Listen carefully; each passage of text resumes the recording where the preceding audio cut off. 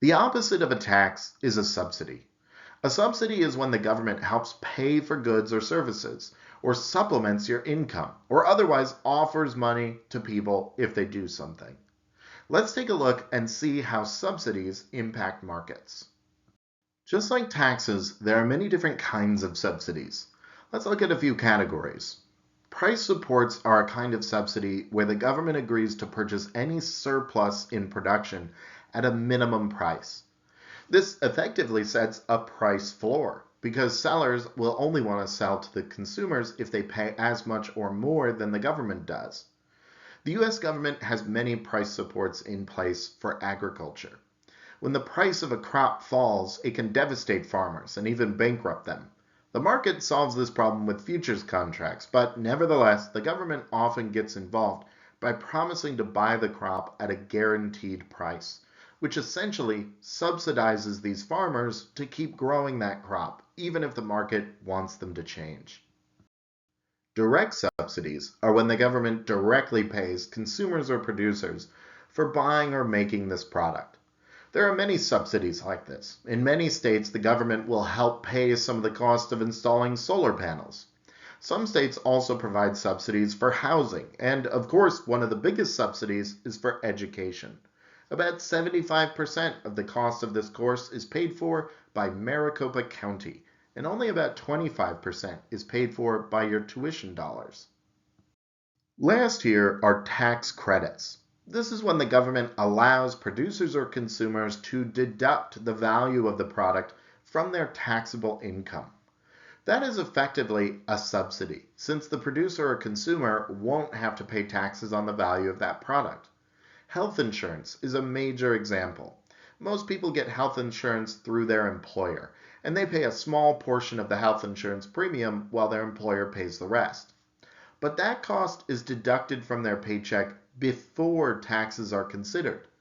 Note that because of the progressive tax structure of income taxes, this means that the subsidy is bigger for those with higher incomes, since the deduction will mean they pay less tax in the highest tax bracket they fall into.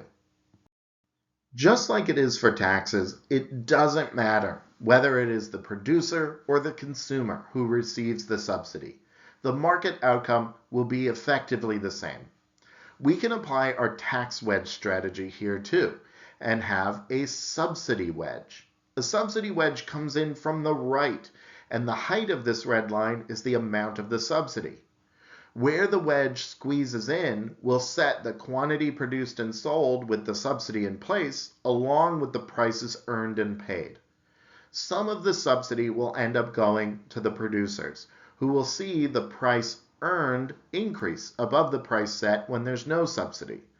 And some of the subsidy will end up going to consumers, who will see the price paid fall below the old equilibrium price. The subsidy makes up the difference, and in the end, people are buying more.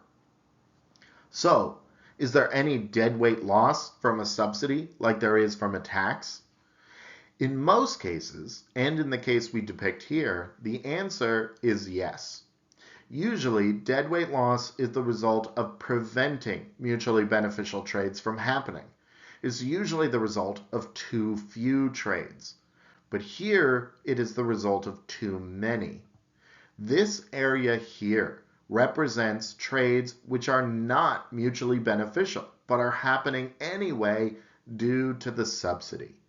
For these trades, there's a negative surplus because the opportunity cost of the resources used, represented by supply, is higher than the value of the product to the consumer, represented by demand. In other words, the problem with a subsidy is that it results in wasted resources, which could be better used elsewhere. Back in the 1970s, the government started buying as much cheese as people wanted to sell it at a set price in an effort to support dairy farmers. The government ended up buying millions of pounds of cheese and storing it in a cave in Missouri. In the 1980s, under Ronald Reagan, they even started sending people free cheese as a food assistance program, but soon thereafter, the program was abandoned. The 1.4 billion pounds of cheese they bought over the years is still in that cave, but is now owned by private companies.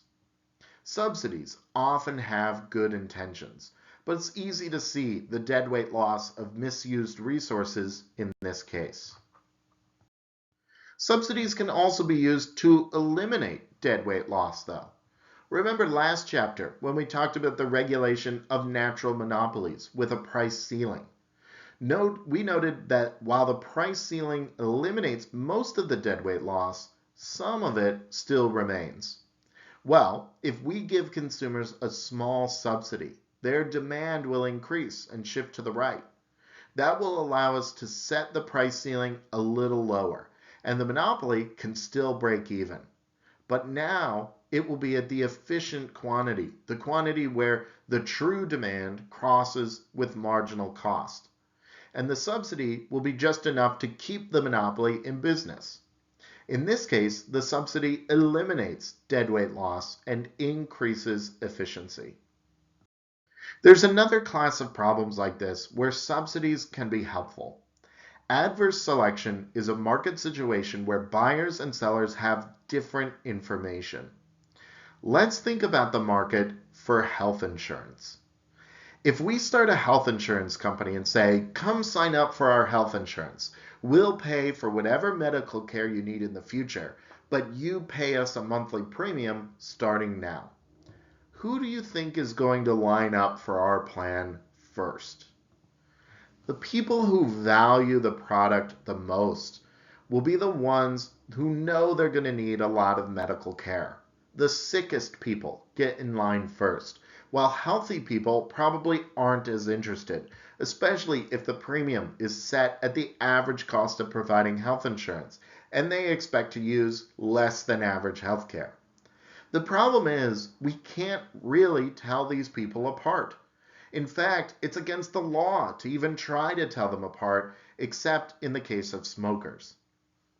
What does this mean for the cost of providing health insurance?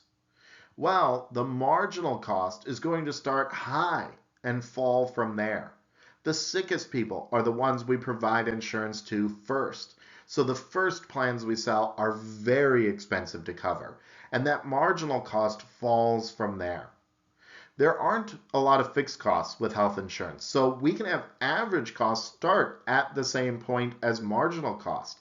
But due to the nature of mathematical averages, average cost falls slower than marginal cost will. When we add demand, we start to see the problem. This is a rare case in which the supply curve, which here would be the average cost curve, is downward sloping. Where demand crosses average cost will set the break-even price for the insurance company. But we want to reach the point where demand crosses with marginal cost. That is the competitive price. In between is the deadweight loss of consumers who are super cheap to insure, they're really healthy, and they're willing to pay more than the cost of that insurance because they don't want to take risks.